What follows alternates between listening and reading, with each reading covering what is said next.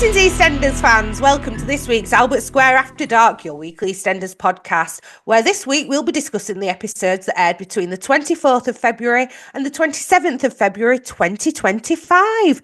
How are we all? Is everybody enjoying a little bit of sunshine? We've had a little bit of sun today. We're hoping it's going to last into the weekend. And joining me today is the fabulous Rob. Hello, Rob.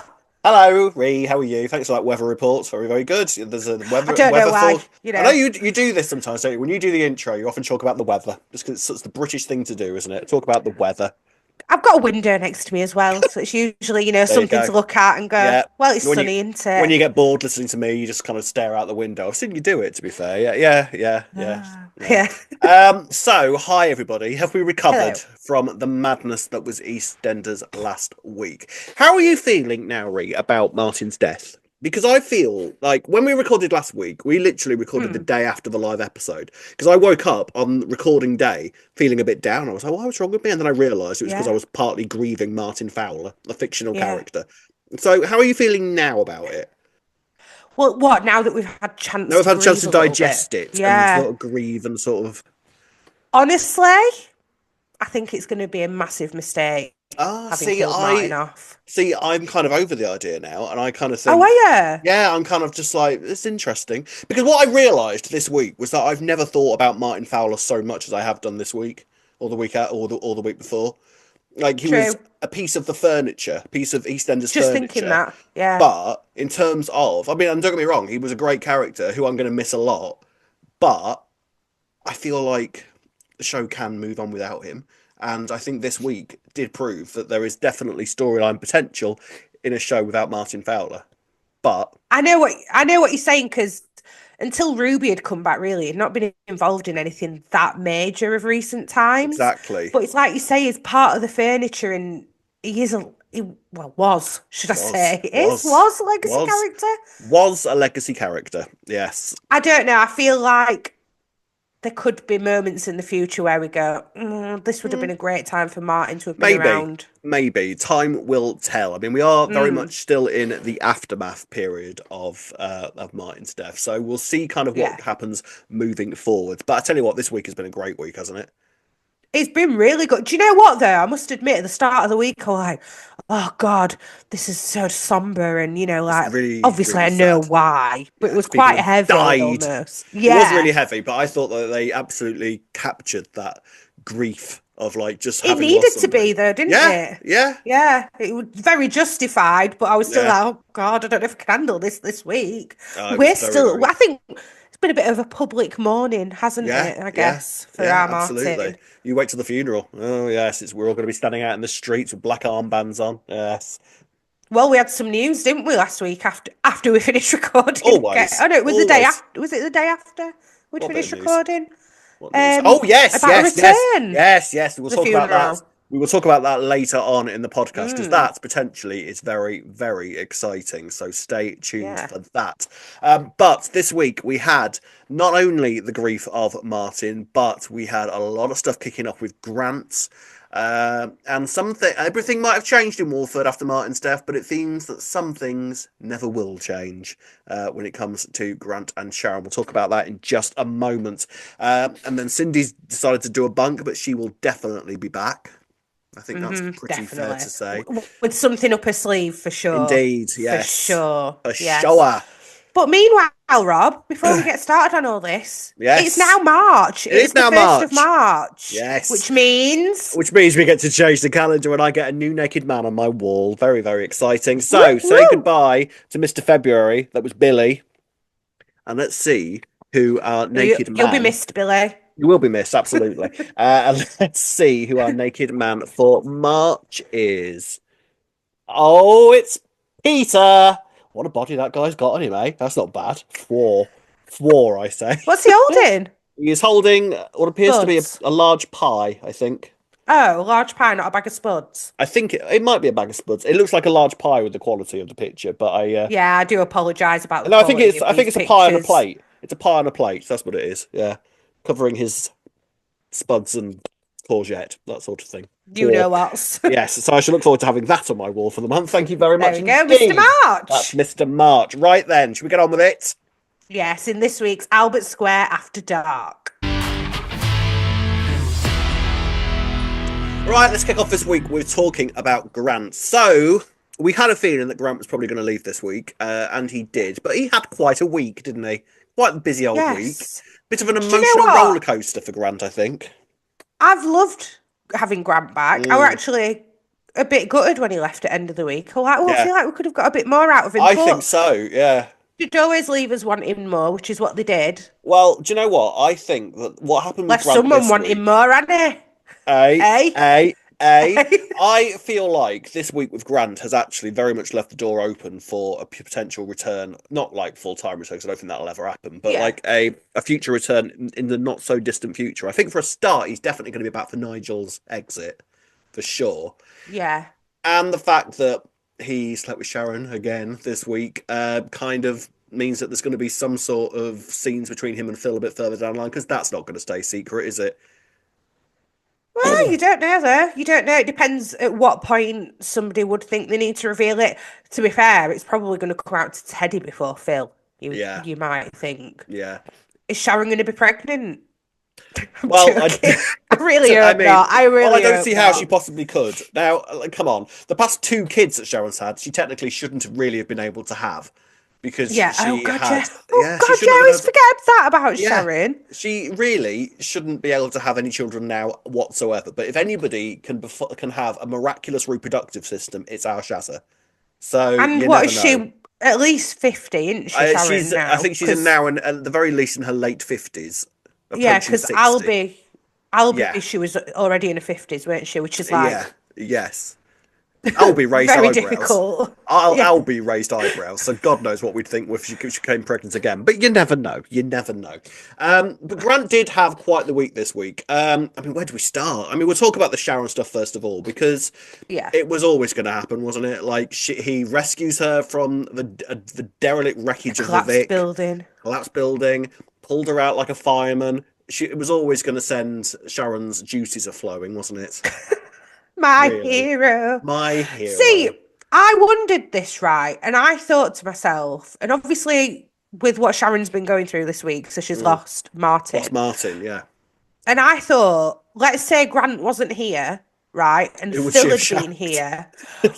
Maybe, genuinely, though, if you think about it, if Grant had not been here, and it had been Phil who'd saved her from the building. Yeah. And Phil wasn't in his current situation. Would Phil have been the person should have fallen back on in that moment rather than Grant? Very much imagine so, yeah. I mean, let's be honest, whoever had pulled her out of that building, anyone apart from Teddy probably would have... Which Mitchell Brothers here right now. Yeah. Grief sex is a thing. It's been bit of nostalgia. Yeah. She was sat there thinking, do you know what? It's the 40th anniversary. I should probably have sex with Grant. That's probably what I need to do. That seems like appropriate thing to do. It's been about 30 years since we've been a while since we slept together, Grant. Let's get upstairs now. Thank you very much. But of course, the next morning, she's all like, no, that shouldn't have happened. That was a very big mistake. Sorry about that. I'm with somebody. You're with somebody, apparently. That shouldn't have happened. So Grant kind of goes off in a mood about that. But I do think, again, something else that Shazza sort of revealed to Grant about Mark. He found out this week that Mark does know that Grant is his father, but has just sort of kind of vied to stay out of contact with him. So I feel like there is material for Grant to be getting on with if and when he ever comes back to Walford. I know he's always going to be popping back and forth, but the stuff. Mind you, his last cameo were about 10 years ago, weren't it? Yeah, it was. Yeah, for the 2016 was his last appearance. Yeah. So, but with, like you say, how they've lined things up for him leaving, it feels like he could definitely make another cameo, but whether he will remains to be seen. I think he's definitely going to be back for Nigel's exit. I feel that's pretty much definite. I feel like he must. I feel like he needs to, especially if we're with Nigel when he dies. Yeah. If that happens, then we do need to see Grant. Yeah, of course. So even for the funeral. Even for the funeral. Even if he's not there for the actual death, he needs to be there for the funeral, surely. Yeah, definitely. Because he does find out about Nigel's dementia this week. Yes. Because Grant and Nigel are sort of living together at the Mitchell house while Phil's away. And he finds, things like... There's little clues throughout the week for him, like, tea bags in the kettle. Which I would actually argue, bit of a life hack, I think. I think you could get away with that. You know what I mean? Point, actually. You know what I mean? Why bother with the whole teapot thing when you could literally just throw the tea bags in the kettle? Yeah, that is so true. Do you think they break though? You know, whilst it's like proper No, bubbling inside? you don't like throw it in while the kettle's boiling, but just throw the tea bags in Oh, when the kettle's okay. boiled, and then just stir it in, and then why bother? You know, You might I have a think that's point, it. you know. I think Nigel came up with a life hack there. I don't think it had anything to do with his dementia. I think that was all life hack. You know what? Yeah, Why fair, not? fair. When I was at uni, we had a teapot at uni, and we discovered putting milk into the teapot. That means that you just get milked tea poured straight Game into your pot. changer. Game changer. Life It depends hack. how milky you have your tea, though, doesn't it? Because I barely have any milk these days, you know. Yeah, but you know, you put enough in there, you think you can adapt. But yeah, Yeah, it depends who you're true. having your tea with. But if it's with the people that you Yeah, have a tea with every day and you have similar tea, why bother with all the yeah, different pouring and put fully different fair. Why Yeah, do I not remember you having a teapot at uni anyway? More to uh, the point. because I think it broke. I was say you never cracked that out when I Second year, came round. It were in a mug. second year we had that. Yeah, yeah. Ah, fair enough. So there we go. So yeah, Yes. he overhears Nigel and Yolandi talking about Nigel's diagnosis this week. That's how he Yes. discovers it, Hmm. and he's really cross that Nigel never bothered telling him. And this is the thing. Nigel spends the week basically saying, "You're rubbish at this, aren't you? I don't know why I called you back. You're rubbish at emotional things." And to be fair, we were sat there last week saying, "Grant's rubbish at this sort of thing. I don't know why Nigel's invited him back." Yeah, literally. To be fair, Then But it's interesting, isn't it? Because we've had all these scenes with like Nigel and Phil and Grant not being so great. yeah, Then you've got somebody like Bianca who's had all these moments with this week. yeah. Somebody he doesn't really get along with. Do you think maybe that distance helps him be a bit more emotionally involved with somebody? Yeah, I mean, I think that Grant is the sort of person that, yeah, he puts on this whole facade, but I think he is somebody that just is really rubbish at dealing with emotional issues. So it's easier for him Yeah. to run away to Portugal and pretend none of it's happening and maybe get the Mm, odd occasional terrible phone call that he can just sort of process on his own and then come yeah. across to Warford when he's ready to deal with the situation. But I think people have got into the habit now, you know, with the whole Peggy thing. Like, nobody told him the full story until he was actually back in Walford to make sure that he actually came Mm, back. So it's a kind of awkward one with Grant. He's yes. worse than Phil, I think, actually. Like, Phil's not great with it, but I think that Grant actually might be worse. I know what you said. I feel like it's because he's almost too emotionally involved, like because like Phil and Nigel are people who he's really close to, even though he's Yeah, not seen Nigel for Phil arguably for yeah, a long time. yeah, But yeah. then when he had those moments with Bianca, because he's not close to her, he didn't feel as emotionally involved, so he was able to help Mm. her more. Does that make sense? Yeah, yeah, but it was just I just loved everything to do with this week. And then when he eventually did leave, you know, after Sharon's rejected him, because when he went to see Phil, and that didn't go well to start off with, because Phil was like telling him that he's dead to him, doesn't want anything to do with him, and that's nothing to do with the fact that Grant kind of wasn't that brilliant initially with the whole mental health kind of breakdown that Phil was having. Mm, That's more to do with it being the straw that broke the camel's back and the fact that everything that Phil has gone through over the past 10, maybe even 20 years, Grant's barely been there for it. Like, he doesn't even bother giving him a phone call or anything like that. So it was a case of, do you mm. know what? Why are you here? Piss off. I don't care. Go away. Do I'm you done reckon with it's a you. two-way street though? Do you reckon Phil's been trying to get in touch with Grant and Grant's not returning his calls? Because Oh, like if yeah. you're not making an effort as well, you can't really Yeah. blame somebody for not doing it Yeah, back, I yeah, guess. Yeah. absolutely. But then, who apart from Grant? Because really, the only people that ever tend to get in, the only reason Grant tends to come back to Wolfen is if somebody else other than Phil gets in touch with him and goes, "This is going on, True. this is happening." Whereas I don't think Phil's got anybody that would do that for Grant for him in Portugal Yeah. because he's fallen out with Courtney Yeah. now. We discovered this week, so him and Courtney aren't speaking. Louise in Portugal. I don't know where Louise is actually. I can't remember where I'm Louise is. sure because I'm sure they said because they had that scene with Lexi and they've told Lexi that Phil's gone to Portugal to help Louise Oh with yes, something. that's right. Feel. Yes, that's right. Yes. You could be So I right. guess Yeah. Louise, but again, I don't know whether Louise had necessarily Yeah, but how been the would person Louise to be able know? to talk Grant into it. Yeah, and how would Louise know that Mm, if it's going on? Because no one, because true. she's not that Who's bothered getting in either. touch with Louise? Yeah. They're a mess of a family, basically. They are an absolute mess of a family. Yes. If you I think your know. family's bad, look at the Mitchells. Let me tell you, you're nothing on them. Yes.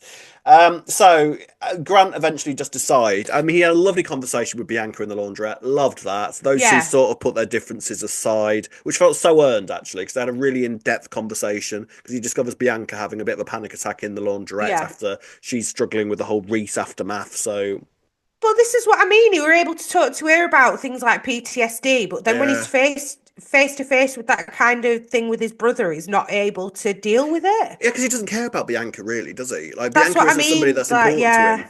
Whereas yeah. Phil is actually, there's a responsibility that he's got with Phil that he's not prepared to face up to. Ah, yeah, Whereas with Bianca, it's sort of like, you just gobby chav who I don't really care too much about. Yeah, I can help you through. Right, okay, you're having a panic attack. I'll help you through that immediately. But you're still talking yeah, to the woman who kind of quite rightly has told you everything that you did wrong in your relationship with Tiffany and how you're basically yeah, nearly responsible for her death, even if you weren't driving the car. It's there's a yeah, difference there. I think it's very different to being faced with someone that you've actually got an emotional responsibility for yeah, to Bianca. yeah. Fair. No, definitely. But they But they really were. left things on a nice note this week. I liked all that sort of thing. Yeah, it was nice that he confided in Bianca as well. Yeah. Oh, he confided it in Bianca about Sharon, so she's going to tell Yes. somebody. Yeah. Yeah. There Yeah. we go. As if Surely. Bianca is the only other person apart from Sharon that knows that that went on. That Yeah. doesn't bode well, does it? Don't tell That's going Bianca to come out. secrets. I can imagine she's going to tell Teddy in some capacity, or She'll maybe have some Nicola or something. random argument with Sharon about something, won't she? Yeah, it'll be something Mm, like that. yeah, That'll be how yeah. it comes out. There we go. Sussed it. But when he eventually does decide to leave Walford, he's told Nigel that you're coming to Portugal. You're coming to Portugal with me. I'll look after you. That's absolutely fine. I think Nigel is initially tempted because Yeah, if you know you're gonna die, there's worse places than Portugal, right? yeah, A swimming definitely. pool, cocktails on hand. Bit of sun. Wouldn't hate it. We all love a bit of sun. Yeah, wouldn't hate it. Yeah, as you can see through your window. Yeah, wouldn't hate it. But he does decide ultimately to sort of stay in Walford and stay with Phil because I think he and Phil are now on a very similar footing where they're going to support each other through the difficult Yeah. journey. And it's going to be interesting to sort of see how that plays out because Nigel's going to get worse as Phil hopefully gets better. So it actually will hopefully work out alchemically quite well. Mm, Alchemy, you know what I mean. So yeah. yeah, that's going to be fun. But he I did turns. think Well, when Grant first offered Nigel to go to Portugal, I did think I knew he was going to be there when Phil comes home. Then yeah, that was exactly. my Yeah, first thought. yeah, yeah. But good, I'm glad that Nigel's staying because I did think, oh, Nigel's going now. I thought we had him for a bit longer than this, Yeah. but No, no, we no. do, I thankfully. can I say I love every single little modicum of Nigel. I think Nigel's return has been one of the big triumphs of this era. I love him so much. Everything, right down to the way that he is, his really kind of affable, nice man personality, all the way to the jaunty little ties that he wears all the time. I love The him way that so he holds much. himself, Yeah, like with his and the hands way, like in yeah, front, yeah, yeah, and the way that he is not scared of the Mitchell brothers whatsoever. Like he's known them for long enough, fair play, but he will stand up to Grant. I was looking at some classic clips of Nigel and the Mitchell brothers. There's been like he smacked Grant after Sharon Gate because he put Phil in hospital and didn't care about it. Nigel absolutely walloped him one, and Grant didn't do anything back to him. Like that's the relationship lad. that they've got, absolute lad, and that's the relationship they've got. Like, Yeah, no, I so know I what you're saying. can't wait to Yeah. sort of see more of Nigel with Phil, and just because that's been perfect. I've loved every single second of that. How long do you think Phil's going to be in the is it I he's in the mental health unit, isn't it? How long Yeah, do you I don't know reckon how he'll long be that there? takes. I don't know how long that takes. I would imagine Mm, maybe, I mean, in Soapland, maybe a couple more weeks, maybe yeah, I don't know if about a he has been month. sectioned or not. He may well have been since they They first did took him use the away, word. but I think they did use the they word did this sections this week. week. Yeah, yeah, Yeah, yeah, I think they usually last about 28 days, and then it's a yeah, case of whether they still. So maybe a yeah. month. So maybe about a I don't know. month. Maybe about Yeah. a month. By that time, presumably Nigel will be on the decline ever so slightly as well. Oh, So that's going to be sad. and we were saying, oh, as soon as Bill gets out, him and Sharon are going to get back together. Well, maybe they're not going to now. Now Maybe that they're this not has going to. happened. So how long Mm, before? I mean, let's be honest. Sharon and Teddy are not long for this world, are they? no, At all. I'm kind of glad I've not been that big of a fan. I understood the appeal and why they were drawn to each other, but Yeah. I was saying as well. I think Nicola and Teddy are a great match, but again, we need to have the. It's nice to have the little feud in, isn't it? At We least. have other things kicking off with the Nicola and Teddy dynamic in the next couple of weeks, which we won't spoil for now. But needless to say, somebody got something It's right. Tuesday. It's Soz. juicy. Soz. So yeah, very really good stuff with the Grant stuff. I Yeah. think he might be back soon at some point. That's my prediction. But Yeah. I think towards the end of Nigel's story, I think we might see Grant again. I would hope it would make sense for him to Hopefully. come back for that. Surely. Hmm. Yeah, We definitely. wait and see. Right, ladies and gents, a couple more tiny stories before we get to sort of what was the main bulk of the week with sort of the Martin aftermath, and we'll start off with talking about Cindy. So, some sort of smaller storylines for this week was the culmination of the Cindy stuff. Cindy's gone for a bit. Not sure when she's going to be back, but she's basically gone away to go and stay with Geeta for a little bit, and she's going to plot while she's there. I mean, let's be real here. It very much seems that there's no sort of additional twist with the Kathy thing. Kathy did it. 100% Kathy did it. That's it. It's done. This still feels very underwhelming, I've got to say. I don't know. It feels like there's something missing, but is it just because we were expecting more from it? Yeah, I think so. I think so. I think the way that it's all sort of played out now you look at the whole picture, it does make sense because that's sort of linked into that bit and that's then linked into that bit. And you know what I mean? The storylines are sort of interlinked, but it just sort of... I want answers there. Where was George? Where was George on the night? The stuff we don't know still. Yeah. Which presumably is going to be its own little story away from the Cindy thing. Like, presumably, wherever George was is going to be mentioned at some point because we still don't really know. We don't have any clue where George was whatsoever. But I feel like we need to know some of these answers sooner, though. Because, like, where's George? So we're just assuming that Kathy decided to put the shovel in the Vic. Then, who put the shovel in the Vic? Why would? Yeah, that's what I mean. So Kathy whacked the Cindy over the head and then tried to frame one of the knights for it. It feels Kathy-like, doesn't it? Was that her thinking, or did she just panic and just shove the shovel there? Maybe, but either way, we need to know. Why did Peter burn the scarf? Why did Lauren have blood on the scarf anyway? Why was Peter burning it? Why? Why did Kathy happen to put the locket there of all the places that she could have put the locket? Why was it in that cupboard? Or did Peter genuinely put it there? Well, I don't know if that's a question really, because I think she was just trying to hide it there, and so that's just not very well, like the shovel, I guess. I mean, it was hidden well enough so that Priya never found it, but Ian came across it quite quickly. True. I don't know. Yeah, there are some unanswered questions which I hope they do address at some point soon, because it does feel a little bit incomplete. But I'm just sort of like, I guess. Why was Anna washing blood off her hands? Yeah, why was that happening? Like, there's stuff I think clearly that was just meant to put in there just to throw us off the scent. And then, which it did, to be fair, it worked, but only because I think that we were so sort of like stunned by how well the whole Six story whodunit was presented to us that we kind of were like, well, that must mean something. That must mean something, and it's sort of like, well, did it mean anything? I don't know. Yeah. That is true. Maybe they should have done them the other way around, actually, because the Six is so hyped up, and we're constantly looking for, like you said, so many clues for the Six stuff. Yeah, but then I think that you need to look, if you then look at the way that the last week played out, like the whole crash only happened because it was Kathy. So that's there is a reason why it was like that, but it just sort of feels like, I think actually what the point of it is that the Cindy whodunit thing actually wasn't the main climax. So I think that's maybe why it felt a little bit underwhelming, because everything that sort of happened then was much bigger than anything the Cindy storyline could ever hope to develop, because Martin died and things blew up and Reese died. Like, everything that happened was because of the thing that was going on between Cindy, Ian and Kathy. So true. I don't know though, even the point of, like, when you think about it, when you probably read it on paper, like Cindy's pointing a gun at Ian, it all feels very dramatic, but it still didn't quite land that way when you're watching it.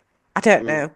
It's still not quite sitting right, but hey, it's Kathy. What we've got. It wasn't Kerjo. It 100,000% was not Kerjo. And 100,000%. And who else wasn't it, Ree? And who else wasn't it? Or who else wasn't it 100,000% either? Wasn't Louis either. Louis. Wasn't Louis either. There's still time. No, there isn't. Still time, right? No, there isn't. No, there isn't. Kojo is very much not Kojo's. Kojo and the Knights moved into Sonia's, because Sonia very kindly said to Linda, well, all of you come here, so rather than you all cramped into 2 rooms in a B&B, come and cramp into 3 rooms in my house. That's much better. Yes. And Bianca obviously is kind of not dealing with that well. Really nice stuff between Bianca and Johnny this week, I thought, by the way. That came out of that. Yeah, that's a nice little friendship. But I really liked it. I'm here for that. Because I think Bianca was obviously feeling overwhelmed with like all of the stuff around her, reminding her of being in the garage unit that Reese had got her locked in for all that time. Also, then receiving that phone call about his body. Why who rings landlines these days anyway? Do you think they tried Sonia's phone first? Yes, maybe I think they did. But then you messaged me and said that about Sharon's phone. Why Sharon got a landline? What's going on there? Like that? It's true though, isn't it? It was a landline. Yeah, exactly. Anyway, so Cindy has gone off now. So who knows? That's sort of put to bed now, I think, until Cindy decides to return. Effectively, isn't it? Yeah, and she had that meeting with them all there as well, didn't she? Yeah. Just to do it in the most Cindy-like way. Just to give them all, like, just to make the situation very much about her just before she left. That's Cindy through and through, really, isn't it? Do you know the only part of me that wonders if it's not quite over is I'm now starting to wonder if Elaine was more involved than we're led to believe. Like maybe she saw Kathy. Because I feel like Kathy and Elaine were written in the very similar way throughout it. Like, well, if I'd have done it properly. I just wondered if Elaine maybe had seen Kathy do something or suspected it. I don't think there's anything more to it. I think that's it now. No, I think you're right. I know. Yeah, I know. I think that's I'm just clinging on for something a little bit more, but fair enough. I think we're done. I think we're done with it. I think that's it. Yeah. And I think literally the whole whodunit was created in order to make everything that happened at the Vic happen. Yeah. And I don't think there was anything more to it than that, story-wise, I don't think, to be honest. Yeah. Yes, it will then, whatever now kicks off with Cindy. However, I do think Cindy's days surely are numbered now. Because once it comes out that she was responsible for basically everything that happened, that's much worse than anything Kathy did. Well, right? This is what we were speculating, isn't it? Will Kathy then be faced with, do I come clean about, because I think something we'll get onto in a minute, so I think Stacey's starting to feel a bit guilty about everything that happened. Yeah. And then I think when the funeral happens, Kathy will start feeling guilty when she can go, well, actually, it was all Cindy's fault. Yeah. Then thinking, but I can't tell anybody that it's Cindy's fault, or everyone will find out that it was me who tried to kill her. So that could be a whole big thing around the funeral still. But I feel like when that does come out, that Cindy was the one that was responsible for the car crashing into the side of the Vic, and then the result, then the explosion happened because of that. I feel like Cindy can't. Like, how does Cindy stay on the show after that? Because the first thing that people are going to want to do is call the police.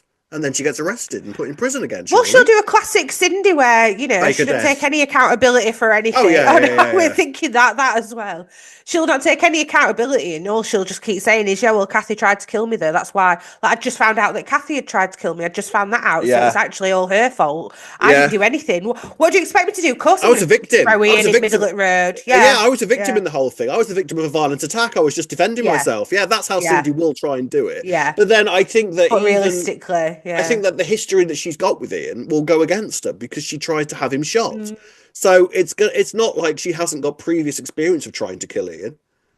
So I feel like the Kathy thing will sort of go fading away into the background, and it would all be on her. But then this I don't know. So who knows? There's a lot of things that I don't understand moving forward. Like I was adamant that Junior had be gone in 40th week, so I don't know where his character goes moving forward. Again, Cindy's character, like you say, there's various reasons why you'd say that Cindy's, days are numbered really on the square. She's upset enough people, hasn't she? Weirdly, but hey, I feel like they could have held off on the Cindy whodunit until this comes out, and then she's got a whole square full of enemies that could quite happily try and offer, and they could do that for next Christmas. There's time yet, Rob. There's time. Why not? Why not? I mean, only Cindy Beale would be the victim of two separate whodunits, wouldn't she? That would. She'd quite like that. I think. She'd love that being a victim twice. Victim twice. She would adore that. Yeah. Marvelous. The only other thing, really, and this was very minimal, for good reason, throughout the week, was the Denise and Jack thing. They've sort of introduced themselves to the rest of the family, and everybody's delighted for them. And that's hot new couple. Yeah. Bore off. No, I'm joking. Like, no, that's it. Whatever. That's it. That was the story this week. Everyone looked at Denise and Jack together and was like, "Oh, that's nice, cool." And that's yeah. We were saying this though, weren't we? Because you were saying, do you think they genuinely recorded both scenarios? And I was saying to you, they probably did, and we're not going to see a lot of Denise No, until like they no. start filming after they knew what the actual choice Now was. they're in that story writing room going, right, well, how the hell do we make a storyline out of that? Like, what the How can we hell make do we this do now? interesting? How do we do that now? Like, they would have filmed those Denise and Jack scenes and thought, well, let's hope that that doesn't go. Let's hope that that's not the choice. But, you Don't know, put too much effort into this one, guys, because that it's won't definitely win. not going to be Don't that worry. That anyway. won't Yeah. win. It did win. It did win, It and we're did win. there. So I guess we'll wait and see how the Denise and Jack stuff plays out. Can't wait. I can't wait. I've got faith they'll make it good eventually when they get around to it. But I just feel like I wish that it had gone the other way. That's all I'm saying. I wish it had gone the other way. I agree, but they must have something planned because they did have to plan for both scenarios. Yes, So we're going to have faith, aren't we, Rob? And eventually, we're going to try and have faith. Yeah, and eventually it'll go on to the main path. Like I said last week, they branched it out. If Denise chooses that option or that option, but both options will eventually sort of branch into the same road to the main storyline that they've got planned. So we just need to wait until that happens, and then it'll all make sense. Yes. There we go. So the main bulk of the week, ladies and gentlemen, was the aftermath and the grieving of Martin. Right, ladies and gents, on to the final section now, and that is the aftermath, basically, of last week, and the square sort of coming to terms with what's happened, and sort of realising that Martin is no longer there. I mean, like we said at the start, Monday's episode was heartbreaking, and everybody absolutely knocked out the park. No more so, obviously, than Lacey Turner, who is just such an incredible actor, isn't she? She could walk into the Vic and ask for a drink, and I'd want to give her an Oscar. Honestly, she's just great. She just great, incredible. But go on. I was just going to say I'm sad that she's going to go at some point, as we know. But I can tell you, I think I've seen pictures for the funeral. She's back for that, so I have a feeling that she's probably going to be leaving in the next week or so, and then she'll go and have her baby. In that time, go and knock the nation's socks off for the live performance, and then come back. And then come back. She's a powerhouse. She's just incredible. She really is. They need to nail her to the floor. So let's have a conversation here about Ruby and Stacey. Now, where are you with Ruby at the moment? Because I felt quite sorry for Ruby this week. And I thought, oh my God, shut up, Ruby. Can't stand you. No, that's well harsh. I don't agree with that at all. I felt really sorry for her. But I get it. I'm obviously Team Stacey, but I really felt for Ruby this week. I see both sides. I think Ruby is handling this in a very Ruby way. How she had the memorial and it was all wine and, classy music. I'm not going to say classical, but, it was very Ruby. But it was all for Ruby. It wasn't for Martin. Absolutely. Yeah, I agree. That's why I was a bit annoyed. Yeah. And obviously she then just took this event from Lily when it was just meant to be a little gathering of some friends. She just completely took that off her. I totally get it though, and I totally understand. And I know from Ruby's perspective, and from everyone's, to be fair, she was with Martin when he died. She is essentially the widower in this scenario, but everybody's treating Stacey like it. Yeah. Which would get you back up as well, fairly so, as Ruby. I think she could have handled I think she could have been a lot worse, to be honest with you. Yes, she could have, but rather than making it about Martin, she's making it about herself. Whereas everybody else is trying to make it about Martin. That was But I understand why she's doing it, and it's her way of trying to cope with things. And she's being a mum on top of things to a very young Roman. On her own. Completely on her own. Yeah, I get it. But also, just I don't know, I just absolutely loved Lily this week. See, I thought Lily was a little cow this week for what she did. I get the grief that she's going through. Don't get me wrong. I understand that, but she didn't need to do that. She didn't need to do what she did at the memorial. No, she didn't need to do that. No. I get that she's suffering. I get that she's grieving. I just think that I thought Stacey was great this week when she just decided, you know what? Let her have that. Let Ruby have that. There's nothing to be gained from Ruby knowing what he said to me just before he died whatsoever, because that would be just for Stacey. That wouldn't be for anybody else. Why does Ruby have to know that? It's got nothing to do with anybody else. That was if Martin had sort of got out of there alive, then yes, that would be something that they'd have to sort of address. But the fact that Martin died and Stacey is currently the only person that knows that actually Martin truly loved her, wanted to marry her, all of that kind of thing. What is achieved by telling Ruby that? There isn't, and I did wonder. A part of me, I suspected this was going to happen because when Stacey and Martin were having those moments, she said a couple of things like, "Well, why do we need a big wedding day? You know, it's enough that us two know." So I did wonder that. But a part of me is also wondering if Stacey's keeping a bit stum because she actually is carrying a lot of guilt about everything. Oh, hugely. And the fact that, I mean, yes, now at the end of the week, obviously, Ruby did turn around to her and say, "Well, you're the reason he's dead anyway." Now, yes, I get that. Okay, like, ouch. But I don't think anything that Stacey wouldn't have been thinking herself anyway, because otherwise Stacey would have probably slapped her at that moment, and she didn't because Ruby literally said out loud what she feels guilty about in the first place, I think. And what Ruby doesn't know, as well, to be fair, is like they could have probably got out if Stacey had not decided to have a massive conversation. Do you know what? I don't think that's never going to be addressed. I don't think the fact that Stacey literally said, "Until you tell me that you want to have sex with me, we are not leaving this collapsing building. I'm not taking one step out into that square. Dead or alive, I am not setting one foot into that square until I've heard what I want to hear." I don't think we're going to address that again. No, probably not. Might be better for everyone. Yeah. But it was just the fact that Ruby, like, imagine being Ruby at that moment, right? And I get it. And I know that no one's going to agree with me in the comment section about this because nobody ever does. Oh, no, I don't know. I think you're actually being quite kind, to be fair. I think well, maybe too kind. But, you know, I just think, I think the moment that really kind of solidified it to me was when she was stepping out with Roman and then saw, like, Ian and Kathy, you know, sort of hugging at the really nice moment between Ian and Kathy and Stacey, by the way. I loved that moment. That got me a little bit, to be honest with you. But like the fact that everybody, the whole square was sort of going, "Oh, Stacey, you're all right, you're okay." And all Ruby has had from anybody is a sympathy card from Jean and Zach, who happens to live there anyway, going, "You're right, Rube." So that's all she's had. Do you know what I mean? Like, I do feel for her. So do I, but equally, Stacey is a part of that community and has been for a long time. Yeah, I get Whereas that. Ruby has only just come back in recent months. I agree. Not always been that great. No, I agree. To be around when she has been there. And so it's more about their friendship with Stacey than recognising the relationships that they both had with Martin as well. I agree. Yeah, I absolutely agree. But yeah, I know what you're saying. But from Ruby's perspective. And yes, if Ruby had her way originally, Martin wouldn't even have known that Roman ever existed. I get that. I understand all of that. I get the whole thing. But I just think that I don't know whether we're supposed to be looking at Ruby as the bad guy at this point, because I really don't see her as the bad guy in this. I think she's been like she's less of a good guy than Stacey in this regard. I get that, but I don't see her as somebody that I'm supposed to be 100% against. I don't think that is the case anyway, because they're all grieving, aren't they? And some people grieve. She could be a lot worse than she's being, let's be honest.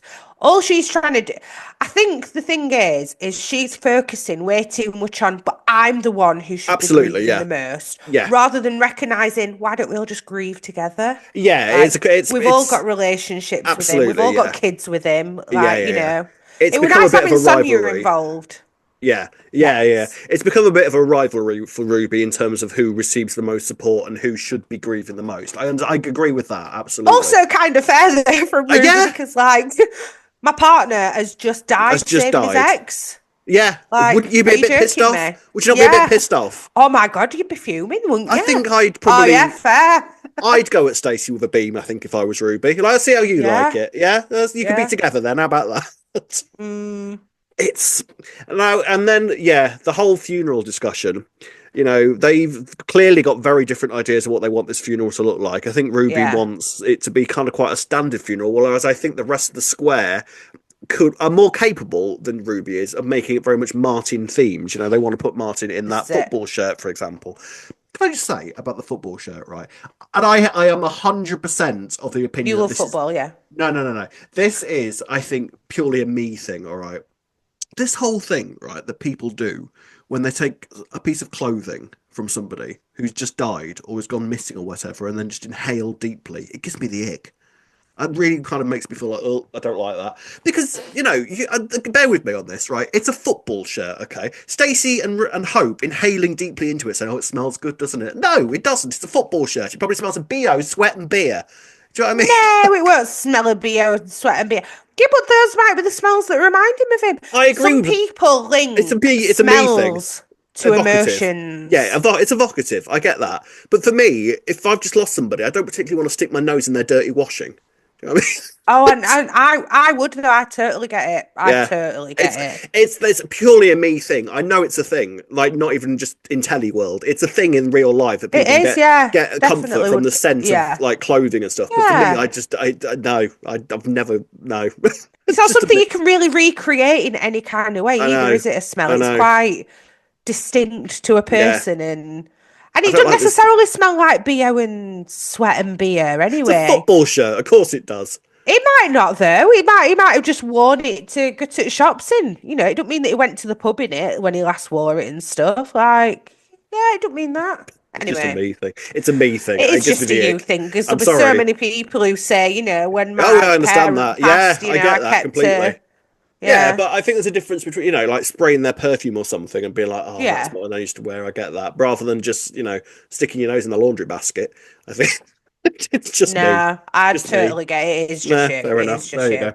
So the funeral will approach. Ruby's now decided, well, you could do the funeral then, which again, I don't think helps her case. Does it really? That were a bit like she was spitting a dummy out of Fran, weren't it? Yeah, it was a bit childish. You should just agree to do it with everybody. Like, this is the only thing that's going against Ruby, right? You've literally just got back with Martin about 2 months ago. I know. These people have been living with him all this time. I mean, look at Sonia. She's got a full-grown adult child with Martin, Stacey's got kind of a few kids. I mean, I was trying to sort of compare this into a similar situation with the Mick, Linda, Janine type setup. And did I ever feel sorry for Janine throughout that entire process? It's like, no. And I adore Janine, I do. But I never felt sorry for Janine as much as I do Ruby at this moment. And that's, I think, purely because I think that Ruby has completely convinced herself rather than there being a little bit of subterfuge as far as Janine's concerned. I think that Ruby is completely created this world where her, Martin and Roman are just like love's young dream. In fairness, I think Janine had been a lot more manipulative around her and Mick relationship, so I could see why you wouldn't. Whereas, to be fair, Ruby and Martin, they just kind of bonded over the kid, didn't they, really? Yeah. And Martin just sort of was like, I guess it's just easier if I go with you rather than anything else. But again, Ruby's seen that as, that's him confessing his love to me. We were going to get married. We were going to meet. We would probably have had more kids. She's just created this entire fairy tale out of her and Martin that just hasn't come to pass, and then is absolutely kind of dumbfounded that anybody doesn't see it the same way that she does. Yeah. I just, like we just said though, I think she just needs to accept that everybody is allowed, because that's something she keeps saying, like when Lily's saying stuff, she's like, I'm grieving too, and it's like, you're arguing with a 13-year-old who's just lost a dad. Yeah, Ruby. I know. Calm down. But again, she's grieving. I get it. Yeah, grief makes you very angry, and grief makes you do funny things. I understand that completely, but especially when they've died going into a building to save your ex. I mean, you would be pretty pissed off. I think you'd be irritated slightly by that. You know what I mean? I think it makes sense. Briefly, let's talk about Arthur, who I didn't realise. Well, I did realise, but I don't think I really sort of kind of put it together quite so much. This is the second time he's lost a father figure in his life, and he's only like, what, 8? Something like that. That's awful. That is going to be our new square psycho one day. Isn't he, really? Could be. I think he could be. I think I could see it on the horizon. Who'd have thought that the name Arthur Fowler would be associated with square psycho? But there you go. I can see it coming. Or it could go the other way. You never know, and he might be really wise, and because he's experienced so much as a child, you never know. It could go either way. I guess it depends on how Stacey and the rest of the family help him through it. But that's rough, isn't it? At his age, very go rough. Through that again. Very rough. Because I think when you're that age, like you don't really compute how it's happened. You sort of blame yourself at that age, don't you? You kind of think, well, what have I done to make my daddies do leave that? Me kind of thing. Yeah. Obviously, it's not how it is. Breaking. That's so sad. Oh, poor kid. Bless him. Poor Arthur. So where do we see the funeral I mean, I think the funeral is going to be in a few weeks now. I think they're sort of holding off now a little bit, aren't they? So obviously, exciting things are going to be happening around the funeral time. Let's talk about the news that we've got now, shall we? Because it's all in relation to this. So we do have news regarding the funeral and what's going to be occurring as a result of this. Very exciting. Spoiler alert. Spoiler sirens. Nina. And Nina, because first of all, it's been announced that Jasmine Armfield, who plays Bex, will be reprising her role for a short stint after leaving EastEnders in 2020. Speaking of Bex's return, Chris Clenshaw has said, "We're delighted to welcome Jasmine home to EastEnders as part of Martin's farewell. There's no way that Bex would miss her dad's funeral, and Sophie needs her eldest daughter more than..." And Sonia, not Sophie. Sonia needs her older... Sophie? Who's Sophie? And Sonia needs her eldest daughter more than ever. It's been 5 years in which Bex has gone out into the world, so she'll come back with renewed wisdom and experience. So that's exciting, quite right. I feel like it would have been ridiculous if Bex hadn't been there, so quite right too. I feel like she's going to be coming back really mature as well. Yeah, I think so. Like really mature. Yeah. She's been meditating under waterfalls in Thailand, for God's sake. Of course she will. They said in that article as well that Sonia needs her eldest daughter more than ever, and I did think this week Sonia's holding it all together remarkably well. Yeah. Like, Reese has just died. She's just given birth in a collapsing building and lost Martin. She's trying to help plan the funeral. She's at a time. Yeah, she needs a bit of a support, I think. Yeah, definitely. But not only that, even bigger news than that is... EastEnders Vicky Fowler returns to Walford with a new family. Woo! As the love child of teen mum Michelle Fowler and Dirty Denwatts, Vicky's life has been beset with drama from day one. Vicky Fowler will set foot in Albert Square for the first time in over 20 years to attend her Uncle Martin's funeral, bringing her new boyfriend Ross and his son Joel with her. Executive producer Chris Clenshaw said, "We're delighted to have the very talented Alice, Alex and Max with us. Vicky is back under the most tragic of circumstances representing her distraught mum Michelle, and she's changed a lot since we last saw her. We're excited to let viewers get reacquainted with Vicky and to introduce Ross and Joel to the square. It won't be long before Vicky and this new branch of the Fowler family are making waves in Walford." Kathy is coming. Yeah, we were saying we don't think she's going to return with the American accent. No, I don't know where she's going to be from. She's going to be from Earth. That's where she's going to be from. And so we found out a recast, and also that heavily hints that Michelle's not coming back. Michelle doesn't do funerals. That's, it's ridiculous, isn't it? Michelle is such an insane woman. She didn't go to Pauline's. She didn't go to Arthur's. Yep. She didn't go to Mark's. But you know who she did go to? She went to Abby's. I saw that online last week. Like, I mean, she did happen to be in the square at the time. She did, so she wouldn't have bothered if she hadn't been in the square. No, let's be real here. But no, Michelle doesn't do funerals. She's clearly going to be too devastated to go. And so this new branch of the Fowlers is going to be there instead. And this is exciting. I like this. I mean, I always like a new family, which is essentially what this is, isn't it? So yeah. Let's think about this then. So Vicky and Ross, they've been together, and Joel is Ross's son. So not Vicky's son, Ross's son. Mm-hmm. So like her stepson. Yes. So he's going to be sort of added to the younger cast member. So it's going to be interesting to sort of see where he fits into the situation.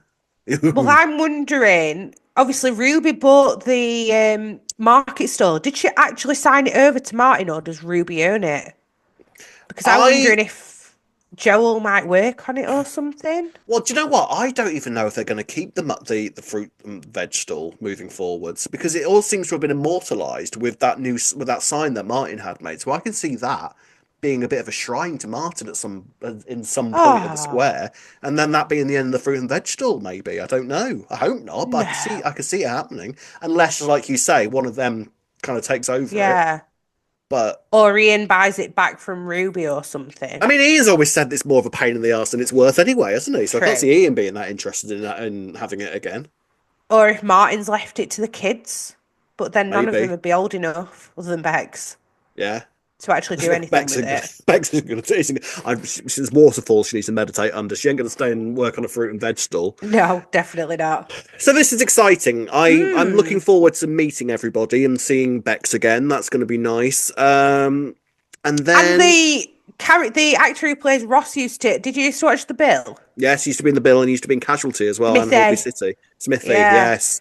He's a There was a very bit of cockney geezer, isn't there was a he? very great excitement online when his casting was announced. That most people were excited because he came from The Bill, but then other people were excited because he came from Casualty and Holby City. So everyone's delighted with this. Yeah. It's a Everyone's good very cast. happy. Well, I'm hoping it's a good casting, yeah. He does. I have seen him, and he looks like he fit into the square quite well. I think Yes. he's got EastEnders sort of. He'll be very good. He'll be very, very good. And I'm interested to meet Joel as well. Let's see what stories he brings. Let's address it right away. He's a Joe Wicks like lookalike, isn't he? That's all anybody had to say about him Yes, when his picture was up. 100%. Well, Joe Wicks is back then with his He's got a curtains. very, 90s curtains Yes, isn't he? hairstyle. I should So he's have going them to be again. breaking a few hearts, I would I think. think so.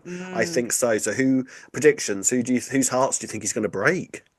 Just trying to think, because he looks maybe around Amy and Ivani's kind of Yeah, I age, think so. maybe. So is he going to be be breaking hearts between those two? Maybe. Yeah, possibly. Because Amy and Denzel aren't together anymore, are they? Do they get back Are together? they? Will they, won't they? Are they, aren't they? I don't. I don't think It's they been did. I don't ages think they since did they've get back addressed the Amy and together. Denzel thing. I can't remember if they did get back together or not. They might have done. I Either feel way. like, yeah. Either way, Yes. when Joel arrives, they won't be together anymore. That's our prediction, isn't it? Hey, there we go. So that's very, very exciting, marvelous. So that's it for the week's talk. I thought it was an excellent week. I really, really did. I thought they covered everything really nicely. I thought the Grant stuff was excellent, and the grieving of Martin was just beautifully done. It's going to be interesting to sort of see where the Stacey and Ruby dynamic goes from here. Yes. And And is Ruby not going to be here for much longer either, is she? who knows? I don't know how long Ruby's going to be around for. I thought she was having a long stint. So it depends on and she's how not been long. back that long, really, has she? So I don't No. think this is. I don't think we're into long stint territory Okay. just yet. So I think she's going to be around for a good while longer yet. Yeah, So, fair enough. Gold star this week, Ray. Oh God, this is going to seem very controversial. I don't agree with what she did at the memorial and You're gonna give it to standing Lily? up and blurting that out, but I'm giving it to Lily because I thought she was great for the rest of the week, other than that moment. It's tough this week, I think. Do you know what? I'm going to give mine to Stacey. I think because I think that Oh, I think that Stacey did everything right this week. I think that she actually dealt with everything quite well. yeah, yes. She was trying to do what was best for everybody despite her own grief. So I say Stacey for my gold star. So Lily and Stacey Yeah. for the gold stars this week. Marvelous. Right, ladies and gents, as usual, final section of the podcast is comments from you. We've got a comment from Rachel Alice Jr. says, Ruby can't leave soon enough, but fair play to Stacey for putting Ruby's feelings ahead of her own. I'm just wondering if this will trigger a mental health episode for Stacey. Grant and Nigel made me cry. Oh, poor Nigel. See, I knew this was going to happen. I'm going to get no end of abuse in the comments section this week for feeling sorry for Ruby, aren't I? It's fine. I just think that I do have sympathy for her. I really do. I think if Ruby had been back a bit longer than she had, and her and Martin had been back together a bit longer, people would be a bit more on her side. But I know what I get. It's the thing. I'm not denying anything that anybody's saying whatsoever about why you shouldn't feel sorry for Ruby. I get all the reasoning behind it. I just do. I'm just more emphatic, I guess. Clearly. Either that or just a mug. Now, something we forgot to mention is covered in this comment from Terence Patrick Brendan, who says, Grant chatting up Linda was so out of place and out of the blue. I felt awkward watching that. Linda is just out of rehab and her home was burnt down and you're hitting on her. Nigel, brilliant as ever. Can't wait to see Nigel and Grant in the next episode. So, yes. So there was a scene between Grant and Linda this week where Grant essentially offered Linda a week of NSA in Portugal, whenever she feels like it, right? And some people were sort of like, oh, right, yeah, cool. And then other people, like Terence there, was saying that felt really kind of out of place and a bit weird. Now, especially when you consider that Grant and Sharon were sleeping together in the next episode, but then that's just Grant, isn't it? However, I don't think that scene was about Grant. I think that scene was about Linda and her just being out of rehab and starting to realise that A, she's still an attractive woman, B, she can kind of have control over her own life, and that her life can continue from this point onwards, and that she's had the strength to give herself that choice. I think it was more about Linda. I think it was about a confidence boost for Linda and about making her feel good about herself, that a man was just openly flirting with her like that. See, I can kind of see your point there, but that did not come across that clearly if that is the intention. I see, to me, it came across crystal like that. It's funny, isn't it?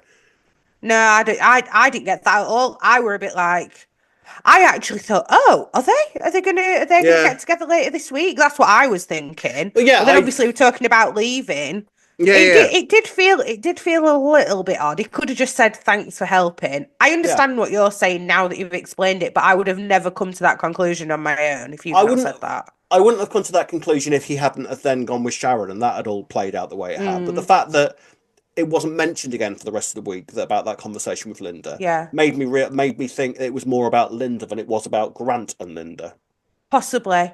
I mean, my first thought was when. Then he got back. Then he obviously got with Sharon. I was like, "Oh, we're gonna have a little love triangle between the three of them." I mean, it still might happen if and when Grant ever returns again. There's that potential, but I mean, especially if Sharon, because really Sharon, being Linda's best mate, may turn around to Linda and say, "So this happened," and Linda might go, "Oh, that's interesting because this happened with me and Grant before." Yeah, I've actually got some flights booked to Portugal tomorrow, Sharon. This is nothing to do with Grant, though. I promise. Yeah. So. But I think, genuinely, that was just a really nice moment for Linda to have somebody openly flirt with her like that and for her to feel attractive and wanted and feeling like she can live life again without Mick and without the alcohol. Yeah, fair. Yeah, I can see that. Georgina Berry has said, I'm going to miss Grant. I felt so sorry for Nigel and him not being able to trust he will remember those moments. Yeah, I mean, that goodbye was a really nicely written scene at the end of the week, wasn't it? I thought that was really, really sweet. Like, remember this. If I'm your best friend. And Nigel was like, I just really want to remember this moment. I thought that was so sweet. Oh, poor Nigel. I know. He's the nicest man in the world. He doesn't deserve this. We've got a comment from Matt Cherry who says, the Grant Bianca conversation, the farewell to Nigel were wonderful. Felt like it went a long way toward putting history right. Very special. Yeah, agreed. That's what I love. So that is what I think this era has done so well. It's just sort of looking back on those moments of history, and then the anniversary has done so well specifically as well. Like bringing back those characters and kind of getting characters like Grant and Bianca back, and it's like no time has passed, and they can get back to where their relationship was at before they both went away. Talking about Tiffany, talking about the anger that's between them, and the fact that they've essentially maybe kind of drawn a line into their rivalry and their feud up to that point, and they can sort of move on, and Bianca can move on from Tiffany, because clearly Bianca has been harbouring those feelings towards Grant all of these years and wanted to just blow up at him like that, and now she's done it. They can kind of both move on. I think it's fair as well, to be honest. Oh, absolutely. So, yeah. And maybe, they're probably both going to be having to make some returns, starting to come with funerals and things, so at least they can be amicable now, moving forward, hopefully. Absolutely. So that's it for this week, ladies and gents. Thank you for watching. Thank you for listening. Especially thank you to all of you, the many thousands that tuned in last week. We were kind of blown away with the numbers for last week. So hope some of you have stayed around. If you have, welcome to the family. Thank you very, very much. Hello. And if you'd like to get in touch with us in any way you like, you can do the following. You can find us on Facebook at Albert Square After Dark, on Twitter and Instagram at E20 After Dark. If you're watching on YouTube, don't forget to like and subscribe. You can listen to us on Apple and all your favourite podcast sites. Drop us an email at e20afterdarkpodcast@gmail.com. And if you'd like to buy us a coffee, you can do so by going on buymeacoffee.com/E20 After Dark. Indeed, you can. Thank you very much. Now then, next week, a few weeks ago, Ree made a prediction, and it would seem that prediction might be coming true. So if you want to see Ree at her most smug ever, then you'll be here next week. Until then, it's goodbye from me. Bye from me. See you later. Goodbye. Bye.